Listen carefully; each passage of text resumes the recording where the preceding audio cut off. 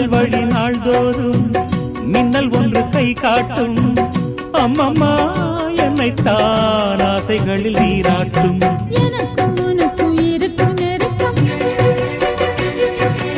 இளமை தொடங்கி முதுமை வரைக்கும்.